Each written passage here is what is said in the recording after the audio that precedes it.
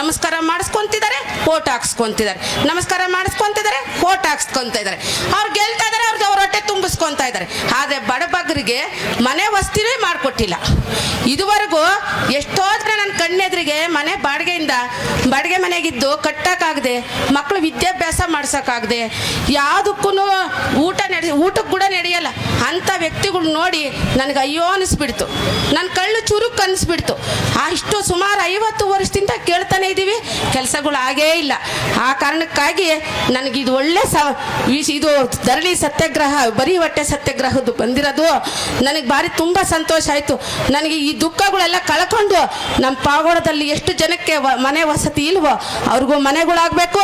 ಇಲ್ಲಿಗೆ ಬಂದಿರುವಂಥ ನಮ್ಮ ಕರ್ನಾಟಕದಲ್ಲಿ ಯಾರ್ಯಾರು ಬಾಡಿಗೆ ಮನೆಗಳಿದ್ದಾರೋ ಅವರೆಲ್ಲರಿಗೂ ಮನೆಗಳು ಆಗಲೇಬೇಕು. ಭೂಮಿ ಮತ್ತು ವಸತಿ ಸಿಕ್ಕಲೇಬೇಕು. ಯಾಕಂದರೆ ಅಲ್ಲಿವರೆಗೂ ನಾವು ಹೋರಾಟ ಮಾಡ್ತೀವಿ, ನಮ್ಮ ಮಕ್ಕಳು ತಗೊಂಡು ನಾವು ಹೋಗ್ತೀವಿ. ಅಲ್ಲಿವರೆಗೂ ಇಲ್ಲಿಂದ ನಾವು ಎದ್ದಾಳೋದಿಲ್ಲ, ಹೋಗೋದಿಲ್ಲ. ಅಲ್ಲಿವರೆಗೂ ನಾವು ಹೋರಾಟ ಮಾಡೋಣ ಅಂತ ಹೇಳಿ ನನ್ನ 2 ಮಾತನ್ನ ಮುಗಿಸ್ತಾ ಇದ್ದೀನಿ.